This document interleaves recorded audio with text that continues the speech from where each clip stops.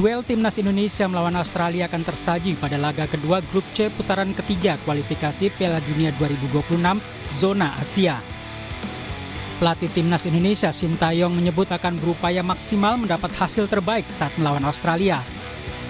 Sintayong juga menyebut Justin Hapner berpeluang untuk dimainkan karena pemain itu sudah bebas dari akumulasi kartu. 호주전은 우리 홈에서 하니까 일단 최대한 승점을 우리 얻기 위해서 준비할 것이고 자신도 컨디션 따라서는 뛸 수도 있고 못 뛸 수도 있고 그런 상황입니다. Sementara timnas Australia juga bertekad meraih kemenangan setelah kalah dari Bahrain 0-1. Pelatih Australia Graham Arnold berharap para pemainnya belajar dari kekalahan dan bisa meraih kemenangan saat menghadapi Indonesia. But overall, we just got to pick ourselves up quickly. We've got a quick turnaround to Indonesia. And, we've got to make sure that, we learn from that and we move on. Indonesia dan Australia sudah 19 kali bertemu. Indonesia baru menang sekali. Satu-satunya kemenangan yang pernah diraih Indonesia terjadi di tahun 1981. Saat itu, timnas Indonesia menjamu Australia dalam laga kualifikasi Piala Dunia 1982 dan menang 1-0. Dalam 4 laga terakhir, Indonesia tidak pernah menang. Pada 29 Maret 2005, kedua tim bertemu dalam laga uji coba di Perth, Australia. Hasilnya Indonesia kalah 3-0. Kemudian pada 28 Januari 2009 di kualifikasi grup B Piala Asia 2011 di Stadion GBK, kedua tim bermain imbang 0-0. Pertemuan selanjutnya terjadi pada 3 Maret 2010, masih di kualifikasi grup B Piala Asia 2011 di Brisbane, Australia. Saat itu Indonesia kalah 1-0. Pertemuan terakhir terjadi di babak 16 besar Piala Asia 2023 dan Indonesia kalah 4-0. Secara keseluruhan, Indonesia baru membobol gawang Australia sebanyak 8 kali, sementara Australia membobol gawang Indonesia sebanyak 42 kali. Tim Liputan Kompas TV.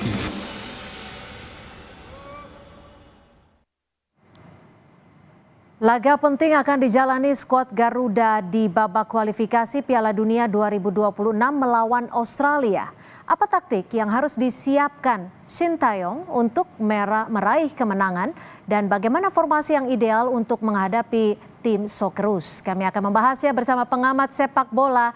Sudah ada Bung Roni Pangemanan. Bung Ropan, selamat sore. Terima kasih sudah bergabung bersama kami di Kompas Petang. Ya, Bung Ropan ini. Selamat sore, Cynthia. Ya, selamat sore, Bung Ropan. Formasi ideal untuk skuad Garuda untuk menghadapi Socceroos Australia seperti apa nih, Bung? Kalau bicara formasi, saya pikir STY sebagai pelatih kepala mungkin tidak akan mengubah ya. Dia selalu dengan pakem 3-4-3. Dan itu bisa berkembang fleksibel di lapangan ketika mendapat tekanan dari lawan akan turun 2 back sayap kita, Verdong di kiri dan Sandy Walsh di kanan untuk membentuk menjadi 5 ya di belakang. Tapi saya pikir lebih enak bermain dengan 3-5-2. Tapi kalau dengan 3-5-2 berarti mengorbankan satu striker, ada satu pemain depan. Entah Witan ataupun siapa, kita harus kasih kuat di gelandang. Ya, kekuatan kita ada di situ. Jadi mainkan bersamaan seperti kemarin lawan Arab Saudi. Nathan Cho main dengan Ivar Jenner untuk mendampingi Tom Hai. Ini akan sangat kuat karena Australia itu adalah pemain-pemain yang hebat bermain di tengah. Mereka punya kekuatan di tengah. Ya, dengan Jack Irvine ada di sana, Aldin O'Neill, ya, Mel Clive, itu semua pemain-pemain yang bagus. Itu yang saya bilang harus kita bertarung di sini. Kita lumpuhkan lini tengah mereka, gitu, Cynthia. Bung Ropan, lalu menurut Anda artinya permainannya akan sama nih saat melawan Arab Saudi kemarin, atau akan berubah mekanismenya, atau susunannya, atau karena ada penyerang Australia yang kena kartu merah? Ya, saya kira begini. Lawan Arab Saudi itu Justin Hapner tidak bermain karena akumulasi. Sehingga ada perubahan yang dilakukan oleh STY dengan menempatkan Calvin Verdong untuk masuk lebih ke dalam dan Nathan Cho bermain di kiri. Ya. Sehingga Ivar Jenner itu tersedia bermain di tengah dengan Tom Hai. Tapi sekarang akan berubah, saya pikir. Sudah ada Justin Hapner, sudah bebas dari akumulasi, dia akan bermain di belakang. Mendampingi Jai Ises dan Rizky Ridho. Sehingga yang harus dilakukan oleh STY adalah menempatkan apakah Ivar Jenner atau Nathan Cho yang bermain di tengah mendampingi Tom Hai. Karena Calvin Verdong akan kembali ke posisi awal sebagai bek kiri, di kanan ada Sandy. Itu yang kita akan tunggu nantinya, perubahan-perubahan ini. Ya, sudah pasti dengan keberadaan Justin Hapner pasti akan ada salah satu di antara Nathan atau dengan Ivar untuk bergantian. Karena pola 3-4-3 ini, itu 3 di depan, Witan, kalau lawan Arab kan ada Witan di depan, ada Rafael Struijk dan Ragnar Oratmangun. Ya. Tergantung STY sekarang, gitu. Bung, tapi kan Justin Hubner nih berpeluang untuk dimainkan. Lalu seberapa penting sosok Justin Hubner ini?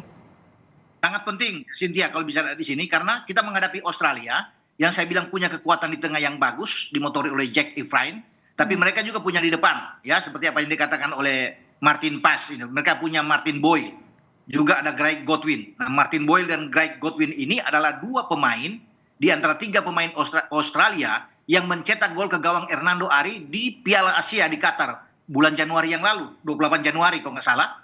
Kita kalah 4-0 di sana, dan 1 pemain lagi mereka adalah Harry Souter, tapi pemain belakang. Nah, yang berbahaya kan yang saya bilang tadi depan, Martin Boyle dan Greg Godwin. Ya, Greg Godwin ini yang mencetak gol yang saya bilang tadi ke gawang kita di Piala Asia di Qatar. Ini pemain bagus. Tapi kita memang beruntung karena mereka tidak punya striker yang melawan Kusini Yenggi. Tapi mereka juga punya pemain yang bagus, ya. Baru di depan ada John Airdal di sana. Ya, ada Mitch Duke, pemain-pemain yang oke yang bermain di garis depan. Karena Australia lewat pelatih mereka Graham Arnold itu akan melepas dengan pola permainan 4-3-3. Pola 4-3-3 ini itu lebih menyerang. Sehingga 3 pemain yang saya sebut tadi itu akan ditopang oleh Jack Irvine di tengah, ada O'Neill dan Cutler. Nah, ini yang berbahaya, 3 ini. Jadi pertarungan sesungguhnya saya lihat di sini adalah bagaimana kita mampu meredam lini tengah Australia. Belum bola-bola dipasok ke depan ke Martin Boyle dan juga ke Greg Godwin. Gitu. Baik, terima kasih Bung Roni Pangemanan sudah memberikan perspektifnya, pengamat sepak bola. Bung Ropan, terima kasih, selamat sore. Ya, sama-sama, Cynthia.